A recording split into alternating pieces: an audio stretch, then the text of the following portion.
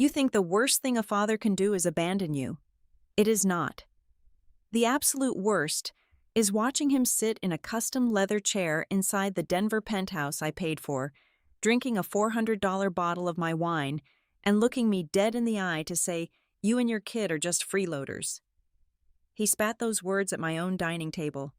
I did not cry. Instead, I called my lawyer. "Hello, everyone. Before today's story begins, we'd like to share a quick message. YouTube recently removed our monetization, cutting off our income. If you enjoy this story, we humbly ask for just $1 to help pay our staff so they can make a living and keep creating for you. Thank you for saving us. Now let's begin the story. My name is Brooklyn Munoz, and I am 32 years old. The sound of heavy silver cutlery clinking against bone china echoed through the vast vaulted dining room of my Denver penthouse. Outside the floor-to-ceiling glass windows, the jagged snow-capped silhouette of the Rocky Mountains stood dark against the deep purple twilight sky. Inside, however, the atmosphere was thick, tense, and utterly suffocating. I had spared no expense for this Friday night family dinner. The air smelled of roasted rosemary, caramelized garlic, and the rich seared crust of a dry-aged Wagyu ribeye steak. It was a magnificent meal meant for celebration, or at the very least, basic gratitude. Instead, it felt like a quiet, predatory feeding frenzy. Across the massive oak table from me sat my biological father, Arthur, and his wife, my stepmother, Brenda. They were tearing into their outrageously expensive steaks with a grotesque sense of entitlement that made my stomach churn. Arthur chewed loudly, his jaw working mechanically, pausing only to take generous, greedy gulps from a bottle of Cabernet Sauvignon that cost more than what most people spent on groceries in an entire month. Brenda was carefully dissecting her loaded baked potato, her wrists heavily adorned with gold bracelets. She had casually purchased using my emergency credit card just 2 weeks prior. Next to them slouched Trent, my stepbrother. He was a grown man of 25, yet he acted exactly like a sullen, petulant teenager. His face was bathed in the harsh blue glow of his smartphone screen. He did not even bother to look up or acknowledge me when I offered him a second helping of roasted asparagus, merely emitting a dismissive grunt while shifting his weight in the custom-upholstered dining chair I had purchased for $3,000. I desperately tried to block out the oppressive, draining energy radiating from my own dining table by focusing my attention on the soft, warm pool of light spilling from the adjacent living room. Through the heavy glass double doors, I could see my beautiful 8-year-old son, Leo. He was lying comfortably on his stomach on the plush, cream-colored rug, completely and blissfully absorbed in a massive hardcover encyclopedia about marine biology. His small legs kicked idly in the air as he traced the intricate outline of a tiger shark with his index finger. He was completely safe, brilliantly smart, and entirely pure. He was the sole reason I worked 80 rigorous hours a week at Etherius Dynamics. He was the reason I had clawed my way up the corporate ladder fighting tooth and nail to build this incredibly secure life from absolute scratch. Everything I did, every single drop of sweat, and every sleepless night was to ensure my little boy would never ever know the agonizing financial instability and emotional manipulation I had grown up with. Hoping to inject some shred of positivity into the suffocating, heavy silence, I cleared my throat and sat up a little straighter. I had a very productive meeting with my financial advisor this afternoon. I said, forcing my tone to remain light and conversational. I am officially setting up an educational trust fund for Leo. It is structured to cover his university tuition entirely, and there will even be enough left over to fund a dedicated research trip if he decides to stick with his passion for marine biology. I just want him to have an unshakable, solid foundation for his future. Arthur abruptly stopped chewing. Slowly, deliberately, he lowered his heavy silver fork onto the very edge of his pristine porcelain plate. The metallic clatter was deafening in the sudden absolute quiet of the room. His face already flushed red from the expensive wine, and rich food hardened into a terrifying mask of ugly, seething resentment. He aggressively picked up his crystal wine glass, swirling the dark red liquid for a fraction of a second before slamming it down onto the solid oak table, with such immense violent force that I thought the delicate stem would shatter into 100 pieces. He leaned heavily forward, invading my personal space from across the table, his eyes narrowed into malicious, hateful slits. "You and your kid are just freeloaders," he spat the words, dripping with absolute unfiltered venom. The dead silence that followed his declaration was absolute.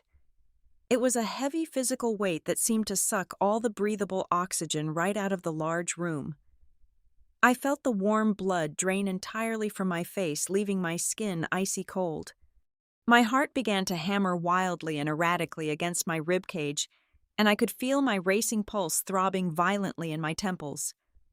A freezing, terrifying chill snaked its way down my spine, settling deep and heavy in my bones. The sheer, unadulterated audacity of his statement was mentally paralyzing. Here was a grown man sitting comfortably in a multi-million-dollar penthouse he did not own. He was eating a $500 dinner he had not paid for. He was aggressively wiping his mouth with a crisp linen napkin he did not wash. He and his entire family had been living under my roof, consuming my resources, and existing entirely on my dime, like ungrateful parasites for 6 full months, and he somehow had the nerve to look me in the eye and call me a freeloader. It was a psychological projection so incredibly twisted, so perfectly manipulative, that for one terrifying split second, I legitimately questioned my own sanity. A younger, much weaker version of myself might have immediately burst into hysterical tears. That old version of Brooklyn might have screamed at the top of her lungs, thrown the expensive plates against the wall, or desperately begged him for a rational explanation. But the strong, independent woman sitting at the head of that table tonight, the woman who had single-handedly built an empire from absolutely nothing, felt zero desire to weep. Instead of tears, I felt a remarkably cold, terrifying clarity wash over my entire being. I slowly reached for my linen napkin, folded it in half with slow, deliberate precision, and placed it neatly next to my completely untouched dinner plate. I did not raise my voice by even a fraction of a decibel. I did not even blink. I locked my eyes directly onto Arthur's face, channeling every single ounce of the freezing ice running through my veins into that one solitary gaze. "Dinner," I said, my voice dangerously calm, incredibly flat and devoid of any human emotion, "is over." I turned my back on the dining room, leaving the three of them sitting in the stunned, heavy silence I had just orchestrated. With every single step my designer heels took against the polished Brazilian walnut floor, a massive, suffocating flood of suppressed memories and bitter resentment rushed violently to the forefront of my mind. It had been exactly 6 months. 180 agonizing days of absolute unfiltered misery, all originating from one frantic, pitiful phone call. Back then, Arthur had practically begged me. He claimed his old house in the suburbs was completely and dangerously infested with toxic black mold. He swore the internal walls were rotting away. The air was a severe health hazard, and the professional remediation team needed the property completely empty to tear down the infected drywall. "Just 3 or 4 short weeks," he had pleaded over the phone, his voice dripping with a highly uncharacteristic, entirely manufactured vulnerability. "Just until the hazard contractors clear the danger, sweetie." Those 3 or 4 weeks had quickly and maliciously mutated into 2 full months. The hazard contractors supposedly found unexpected structural damage in the foundation. Then there were sudden, unexplained permit delays with the local city council. Then Brenda allegedly developed a severe respiratory sensitivity and desperately needed extra time to recover her fragile health before returning to a dusty environment. The ridiculous excuses piled up, layered one firmly on top of the other, forming a massive, impenetrable wall of deceit that kept them firmly planted in my luxurious guest wing. I had swallowed my intense frustration back then because I knew intimately what it meant to struggle and suffer. I had spent the entirety of my 20s grinding my physical and mental health into fine powder at Etherius Dynamics. I started at the very bottom as an overworked junior analyst, surviving solely on cheap instant ramen and a maximum of 4 hours of sleep a night aggressively climbing the brutal corporate ladder until I successfully became a senior director. I bought this magnificent sprawling home with my own blood, my own sweat, and my own tears. When I was 18 years old, Arthur did not give me a single dime for my university tuition. When I moved into my very first roach-infested freezing apartment, he did not offer a single solitary dollar to help me pay the required security deposit. I was entirely and fiercely self-made. Yet the exact moment they crossed my expensive threshold, Arthur and Brenda morphed seamlessly into demanding impossible royalty. My private sanctuary became their personal, all-inclusive 5-star resort. The monthly utility bills skyrocketed by an unbelievable 300%, because Brenda insisted on keeping the central heating running at a blistering 80 degrees in the dead middle of autumn. The weekly grocery deliveries, which I fully paid for, shifted dramatically from simple fresh vegetables and lean proteins to premium imported artisan cheeses, ridiculously expensive cuts of prime meat, and heavy wooden cases of top-tier, top-shelf liquor. Then came the sheer, unadulterated audacity of Trent. My 25-year-old stepbrother did not have a stable job, did not help around the house, yet he drove a flashy, ridiculously expensive imported sports car. 2 months into their completely indefinite stay, an aggressive collection agent showed up unannounced in my secure lobby. To avoid a massive screaming match and profound public humiliation in my upscale, highly exclusive building, I swallowed my immense pride and ended up paying his past-due auto loan balance of $4,500. I had unwittingly become their personal unlimited bank account, an endless deep well of hard-earned cash for them to carelessly drain dry. The anger previously simmering finally pierced through my chest like a jagged shard of solid ice as I reached the long hallway. That specific word, freeloader, it echoed repeatedly in my mind, ringing with devastating crystal clarity. It was not a drunken, careless slip of the tongue. It was not a poorly timed, inappropriate joke. It was a cold, highly calculated textbook maneuver of psychological gaslighting. Arthur saw my immense success, saw my undeniable wealth, and felt deeply, violently, and pathetically threatened by it. By deliberately calling me a freeloader in my own dining room, he was actively attempting to distort current reality, to warp my own clear perception of my massive accomplishments, and to mentally drag me backward to the helpless, insignificant, fearful child he used to heavily control. He desperately wanted to make me feel small, so he could temporarily feel colossal. I stepped softly into the warm, inviting, safe light of the living room. Leo had thankfully not noticed the heavy toxic tension radiating from the dining area behind me. He was now sitting comfortably cross-legged on the plush floor, surrounded by dozens of scattered colored pencils, diligently and carefully shading the sharp dorsal fin of a massive great white shark on a large piece of thick drawing paper. His small brow was furrowed in deep, adorable concentration, his little hands moving with precise, deliberate practice strokes. Looking quietly at his innocent, peaceful face, a profound, unshakable, and incredibly powerful realization washed over my entire soul. I had foolishly tolerated my father's subtle emotional abuse for my entire adult life, heavily conditioning myself to silently absorb the painful hits just to keep a fake, fragile peace. But that peace was a complete and utter lie. If I allowed these toxic, draining parasites to remain in my home for one more night, if I let them continuously disrespect the hardworking mother who graciously provided for them, Leo would eventually absorb that twisted dynamic. He would slowly grow up thinking it was perfectly acceptable to let abusive family members bleed you completely dry and treat you like absolute dirt, simply because you shared the same biological bloodline. That vicious generational cycle ended tonight.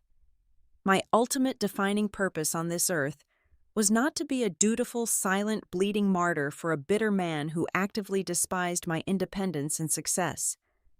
My singular, unyielding mission was to completely protect the brilliant, pure child sitting directly in front of me from the poisonous, heavy generational trauma that had deeply infected my own youth. I took a deep, steadying breath, feeling the absolute last lingering traces of foolish familial obligation burn away entirely, leaving behind absolutely nothing but pure cold, unyielding resolve. It was well past midnight when the sprawling penthouse finally fell into a heavy, uninterrupted silence. The unwelcome guests had long since retreated to the luxurious east wing, their bellies full of my premium steak and expensive wine, oblivious to the storm brewing just down the hall. I walked briskly into my private home office, shutting the solid mahogany door firmly behind me. I turned the brass lock until it clicked loudly, a satisfying sound of absolute boundary setting. I did not turn on the main overhead lights. Instead, I illuminated the room solely with the harsh, cold glow of my dual computer monitors. I picked up my smartphone and immediately dialed the only person on Earth who could match the freezing, calculating energy coursing through my veins: Valeria. We had been inseparable best friends since our very first day of university. While I had clawed my way up the corporate ladder in aerospace tech, Valeria had carved a bloody, victorious path through the legal world.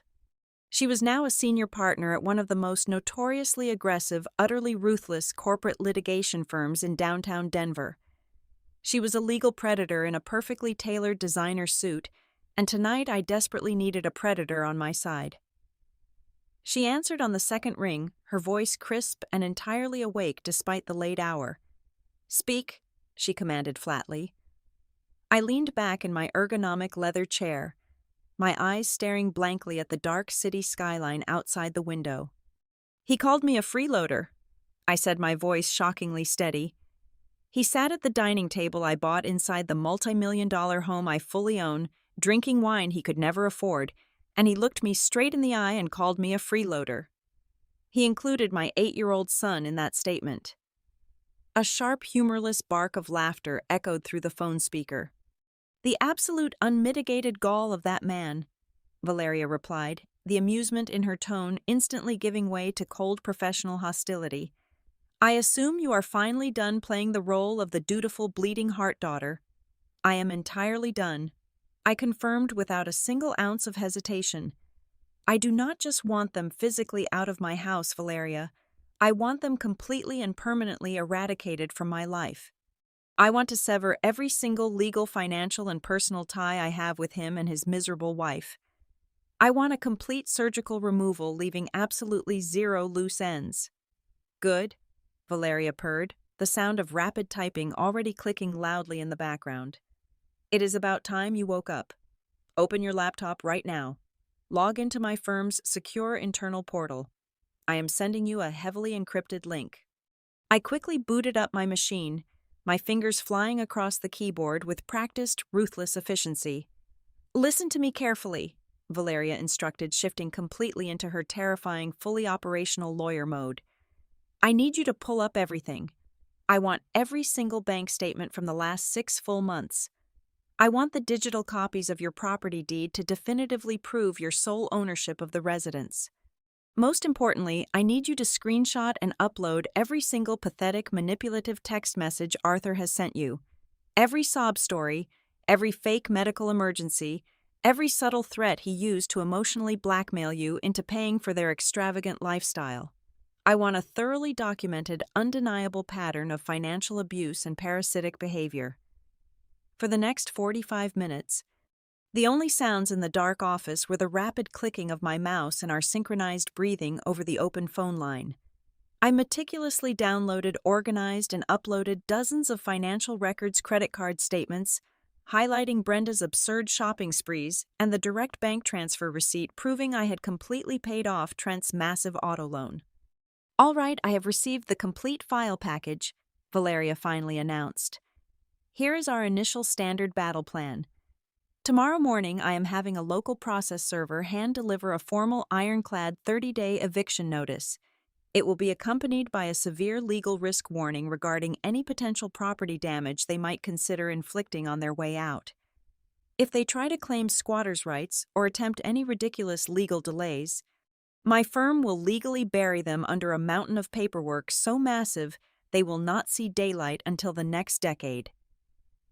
Make sure the eviction notice is absolutely bulletproof," I replied, feeling a powerful, intoxicating wave of control washing over my entire body. I do not want to give them a single inch of breathing room. It is already being drafted, Valeria assured me. Then her confident voice suddenly faltered. The rapid typing on her end completely stopped. The sudden silence on the phone was thick and deeply unsettling. "Valeria," I asked, gripping the solid edge of my desk tightly. "Wait," she murmured, her tone dropping an entire octave, losing all its previous aggressive swagger. "While you were uploading the bank statements, I ran a routine comprehensive sweep of your current credit history just to ensure they had not tried to secretly open any basic store credit cards in your name. Just standard security procedure.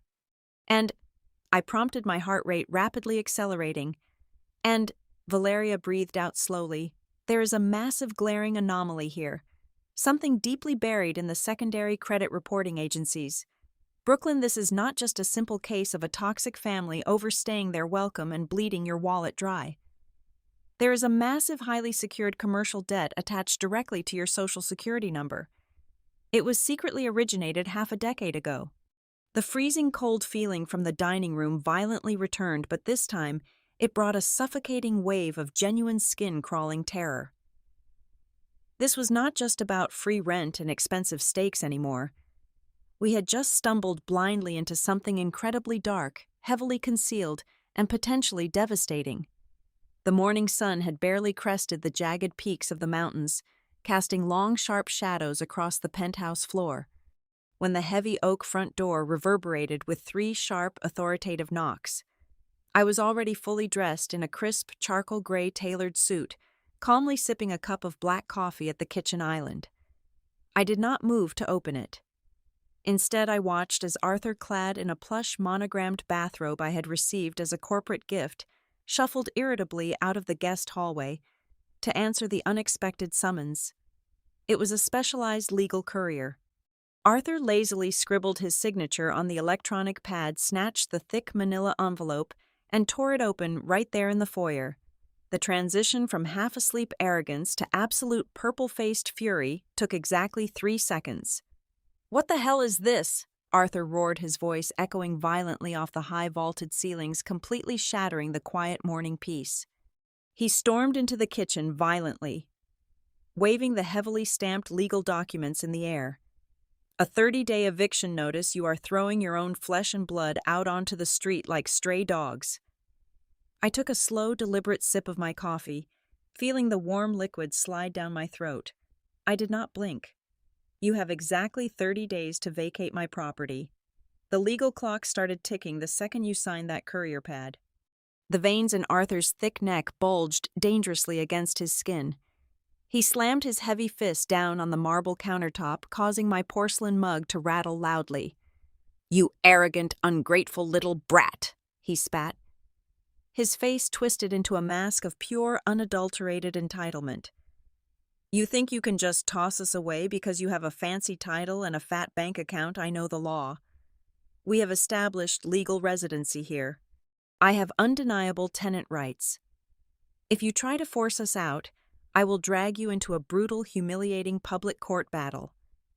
I will sue you for an astronomical amount of financial compensation for all the agonizing years I spent raising you, feeding you, and putting up with your miserable attitude, right on cue."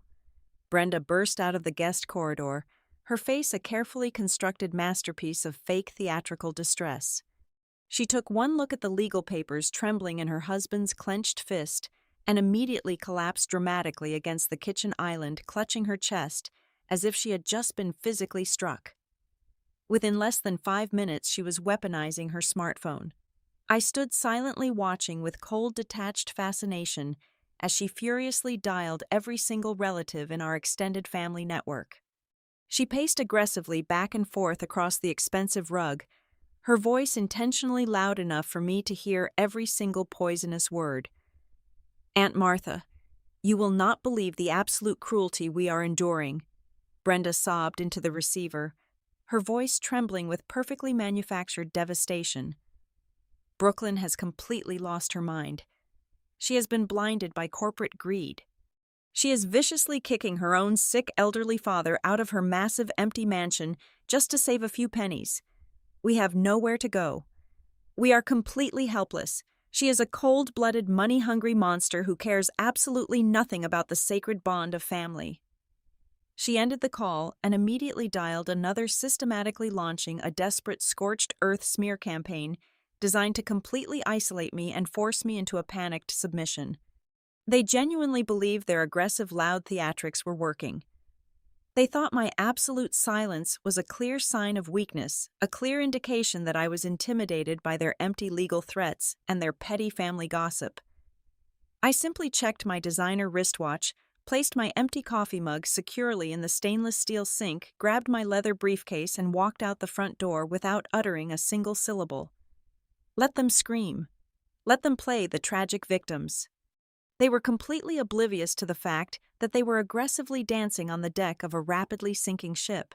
The moment I stepped inside my private office at Aetheris Dynamics, my secure desktop phone lit up. It was Valeria. While the parasites in my home were busy putting on a chaotic circus act, my brilliant, ruthless lawyer had spent the early morning hours diving deep into the murky, hidden depths of Arthur's personal financial records, meticulously following the strange digital anomalies we had stumbled upon the previous night. "Are you sitting down?" Valeria asked, her voice crackling with a terrifying electric energy, because the toxic black mold story was an absolute 100% fabricated lie. I froze, my hand hovering mid-air over my keyboard. "Explain." I pulled the municipal hazard records and the local city remediation permits for his suburban zip code, Valeria said, the rapid clicking of her mouse echoing loudly through the speaker. There was absolutely zero black mold reported. There were no structural repairs. There were no hazard contractors. So I dug a little deeper into the county property records and cross-referenced them with local real estate listings. Brooklyn, his house is not empty. It has not been empty for a single day since he moved into your penthouse 6 months ago. A cold, heavy sensation settled deep into my stomach. Who is living there? A lovely, oblivious family of 4, Valeria replied, her tone dripping with dark, cynical amusement. And they are paying a premium monthly lease. Your supposedly helpless, financially destitute father secretly listed his fully furnished property on the rental market exactly 2 weeks before he gave you that pathetic, crying phone call begging for a temporary place to stay. He signed a strict, ironclad 1-year lease agreement with the new tenants. The sheer calculated magnitude of the deception hit me like a runaway freight train. It was not just basic, opportunistic freeloading. It was a highly orchestrated, malicious financial con. "He is collecting rent," I whispered, the sickening reality crystallizing in my mind. "Exactly," Valeria confirmed sharply. "He is quietly pocketing exactly $3,500 every single month from those tenants. Over the past 6 months, he has secretly hoarded $21,000 in pure, untaxed cash, all while aggressively demanding that you pay for his premium groceries, his heavy utility bills, and his stepson's massive auto loan. He manufactured a fake housing crisis to turn you into his personal unlimited funding source, while he simultaneously ran a highly profitable secret real estate side hustle. The absolute depravity of his actions was breathtaking. He had manipulated my lingering sense of familial duty to completely underwrite his luxurious lifestyle, while he aggressively lined his own pockets in the dark. "Do not say a word to him about this," Valeria instructed, her voice dropping into a deadly serious whisper. "We need to keep him completely blind and wildly arrogant. Let him keep screaming about his imaginary tenant rights. Let Brenda keep crying to the entire extended family about how incredibly poor and victimized they are. The higher they climb on their fake pedestal of moral superiority, the harder they are going to violently crash when we finally shatter it. I will not say a single word." I promised, my voice echoing the icy, unforgiving void that had completely replaced my heart.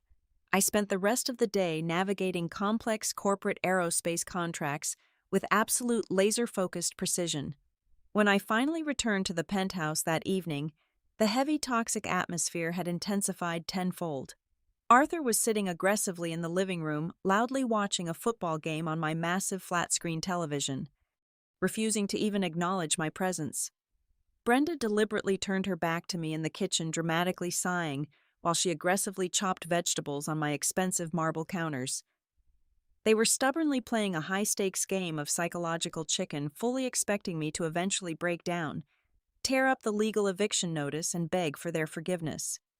I simply walked past them, my face an impenetrable, emotionless mask of cold stone. I was no longer a daughter dealing with a difficult father. I was a highly trained, ruthless corporate executive, quietly observing a hostile entity meticulously gathering the exact ammunition required to permanently dismantle them. It was exactly 2:15 in the afternoon on a Tuesday when the secure phone on my office desk lit up. I was deep in the middle of reviewing a massive quarterly compliance report for Etherius Dynamics, but the moment I saw Valeria's private office number flashing on the digital display, I answered immediately. I expected a brief routine update regarding the ongoing eviction process. I expected her to tell me that Arthur had filed some petty, frivolous grievance with the local housing authority. I did not expect the sheer, unadulterated urgency vibrating through her voice.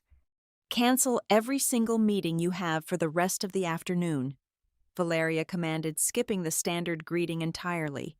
Her tone was sharp-clipped and devoid of her usual dark humor. "Get up from your desk, get in your car, and come to my office right now. Do not stop for coffee. Do not take a phone call. Just get here." "What happened?" I asked, my fingers freezing over my keyboard. "The anomaly I found on your secondary credit report," Valeria replied, her voice dropping to a dangerously low decibel. "I spent the last 48 hours tearing it apart. I subpoenaed the original origination documents through a backdoor banking contact. Brooklyn, this is no longer a civil dispute over a penthouse. We have crossed a massive, terrifying line." I did not ask any further questions. I locked my computer, grabbed my coat, and drove through the dense downtown Denver traffic with a heavy cold knot tightening painfully in my stomach. When I finally stepped out of the private elevator onto the 42nd floor of Valeria's prestigious corporate law firm, her assistant did not even ask me to wait. She immediately escorted me down the long, silent corridor of frosted glass and heavy mahogany doors straight into Valeria's expansive corner office. Valeria was not sitting behind her massive desk. She was pacing furiously across the expensive Persian rug, a thick, ominous black folder clutched tightly in her hand. The panoramic view of the mountains behind her was entirely ignored. The moment the heavy door clicked shut behind me, she threw the black folder onto the center of her glass conference table. It hit the surface with a loud, sharp smack. "Open it," Valeria ordered, crossing her arms over her tailored suit jacket. I approached the table slowly, my heart hammering a chaotic rhythm against my ribs. I flipped the heavy black cover open. The very first document staring back at me was a high-resolution, digitally scanned copy of a legal contract. At the very top, in bold, aggressive black lettering, were the words, "General Power of Attorney." I quickly scanned down to the bottom of the page. There, resting quietly on the signature line, was my name. It was my exact handwriting. The sharp, distinctive loop of the letter B, the aggressive sweeping underline beneath the last name. It looked absolutely perfect. "I did not sign this," I whispered, my voice sounding incredibly hollow in the large room. "I have never seen this piece of paper in my entire life." "I know you did not sign it," Valeria said, stepping up right next to me and pointing a perfectly manicured finger at the notary stamp situated just below the forged signature. "Look at the date. This was executed exactly 5 years ago. Now look at the notary public seal. Does the name Thomas Miller ring a bell?" I stared at the heavily stamped ink. A sickening wave of nausea washed over me. Thomas Miller was Arthur's old poker buddy, a shady, heavily indebted local real estate broker who had lost his license years ago for ethical violations. "He forged my signature." I said the words, tasting like bitter ash in my mouth. "He used his corrupt friend to illegally notarize a fake legal document, giving himself total unrestricted control over my financial identity." "Why, what did he do with it?" Valeria reached over and flipped to the second page in the thick black folder. It was a massive, highly complex commercial loan agreement from a predatory high-interest secondary lending institution. He used your immaculate, heavily protected credit score and your high-earning corporate profile to personally guarantee a commercial business loan, Valeria explained, her voice practically vibrating with barely contained rage. A high-risk unsecured startup loan for exactly $350,000. I felt the blood drain completely from my face. I gripped the cold, hard edge of the glass table to keep my knees from buckling. $350,000 to fund what? To fund Trent? Valeria spat the name out like a poisonous insect. Your brilliant, arrogant stepbrother tried to launch a ridiculous, heavily flawed cryptocurrency exchange platform exactly 5 years ago. He had zero collateral, terrible credit, and absolutely no viable business plan. No legitimate bank would ever give him a single dime. So Arthur stepped in. He stole your identity, forged your signature, and handed his precious stepson a massive mountain of your theoretical money. I stared blindly at the long columns of numbers, the harsh reality violently clicking into place. Trent had spent the last 5 years playing the role of a wealthy, successful tech entrepreneur, driving imported sports cars and wearing expensive designer clothes entirely funded by a massive financial time bomb strapped directly to my back. But why now? I asked, my mind racing furiously to connect the final missing pieces. If he did this 5 years ago, why did he suddenly manufacture the fake toxic black mold story? Why did he aggressively force his way into my home 6 months ago? Valeria flipped to the very last page of the contract. She tapped a specific clause highlighted in bright yellow ink. Because of the loan structure. It was an interest-only loan for the first 60 months. Arthur has been secretly paying the minimum monthly interest out of the rent money he is illegally collecting from his hidden tenants. But the grace period is over, Brooklyn. The entire loan has finally reached maturity.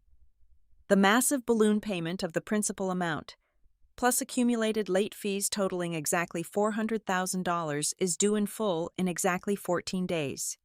If it is not paid, the bank will aggressively seize your corporate assets, garnish your massive salary, and completely destroy your life. The silence that filled the law office was absolute and utterly deafening. Suddenly, the memory of that suffocating Friday night dinner rushed back into my mind with crystal devastating clarity. Arthur sitting at my table, sweating profusely, aggressively pounding his expensive wine. The sheer, unadulterated venom in his eyes when I mentioned setting up a secure trust fund for my son. You and your kid are just freeloaders. The words echoed violently in my skull. It was not just a manipulative insult. It was a textbook pathological, psychological projection. Arthur was standing directly on the edge of a massive, terrifying financial cliff. He was drowning in an ocean of his own criminal deceit. He called me a freeloader because he was the ultimate parasite, heavily bleeding out, desperately panicking, because his twisted scheme was finally collapsing, and the horrific deadline was only 2 weeks away.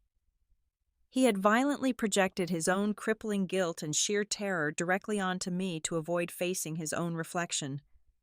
A normal person would have broken down. A normal daughter would have collapsed onto the floor, weeping hysterically over the absolute devastating betrayal of her own biological father. But as I stood there in that freezing quiet office, I did not shed a single tear. I did not feel any lingering sorrow, any painful heartbreak, or any desperate need for his validation. The invisible heavy chains of familial obligation that had choked me for 32 years completely shattered and dissolved into nothingness. I looked at the forged signature, realizing my father had never viewed me as a daughter. To him, I was merely a highly profitable financial vehicle. I was a sacrificial pawn meant to be completely destroyed to save his pathetic stepson. I felt a terrifying dead silence wash over my entire soul. The remaining warmth in my body vanished, replaced entirely by a cold, calculating, and completely ruthless void. He committed federal wire fraud. I stated, my voice completely devoid of any human emotion. Yes, Valeria confirmed, her eyes locking onto mine. recognizing the dangerous shift in my demeanor. He committed aggravated identity theft across state lines. I continued my tone flat and clinical. Absolutely. Valeria nodded, a predatory, terrifying smile slowly spreading across her sharp face. Under current federal sentencing guidelines, we are looking at a mandatory minimum of 2 decades in a federal penitentiary. This goes far beyond a simple civil lawsuit. We possess the exact undeniable paper trail to completely and utterly ruin his life. We can hand him directly to the Federal Bureau of Investigation on a silver platter. I slowly closed the heavy black folder, running my hand over the smooth, dark cover. I did not want to just kick them out of my house anymore. I wanted to watch the absolute terror dawn in their arrogant eyes when they realized the exact magnitude of their fatal mistake. We are not going to call the authorities yet, I instructed softly, staring out the massive window at the sprawling city below. If we involve the police right now, he will panic. He will hire a cheap defense attorney, and he will drag this out into a miserable public spectacle. I want him completely trapped. I want him entirely isolated. I want to build a perfect, inescapable cage. What exactly is your play? Valeria asked, her eyes shining with dark, thrilling anticipation. Call him, I ordered. Call the penthouse right now. Tell Arthur and his miserable family that I am terrified of his brilliant legal threats regarding tenant rights. Tell them I am fully prepared to surrender. Tell them to come to this exact office tomorrow afternoon to officially sign a massive, highly profitable financial settlement to end the eviction dispute. Let them walk into this room believing they have completely won the lottery. Valeria let out a low, dark laugh that sent a sharp thrill down my spine. She reached for her desk phone. The trap was set, and the prey was blindly, arrogantly walking straight toward the slaughterhouse. At exactly 2 o'clock the next afternoon, the heavy oak doors of Valeria's primary conference room swung open. Arthur strutted in first, his chest puffed out with undeniable arrogance, wearing a freshly pressed suit that I had undoubtedly paid for. Brenda followed closely behind, carrying a fake designer handbag and sporting a smug, victorious smile. Trent trailed at the rear, scrolling mindlessly on his phone, thoroughly unbothered. They marched into the freezing glass-walled room on the 42nd floor, fully expecting to be handed a massive, life-changing financial settlement. They genuinely believed my silence that morning was a desperate flag of surrender. I sat perfectly still at the far end of the long, polished glass table. I did not stand to greet them. I did not offer them a beverage. Valeria stood beside me, leaning casually against the high-backed leather chair, her eyes dark and predatory. Arthur aggressively pulled out a chair and dropped heavily into it, interlacing his fingers on the pristine glass surface. "Well," he began, his voice dripping with condescension, "I am glad you finally came to your senses, Brooklyn. We are prepared to be reasonable. If you cover our moving expenses and provide a substantial 6-figure inconvenience fee, we will quietly drop the tenant rights lawsuit." Valeria let out a sharp, bone-chilling laugh. She did not say a single word of negotiation. Instead, she reached into her sleek briefcase and withdrew a thick stack of high-resolution color copies. With a violent flick of her wrist, she scattered the documents across the smooth glass table, sending them sliding directly into Arthur's lap.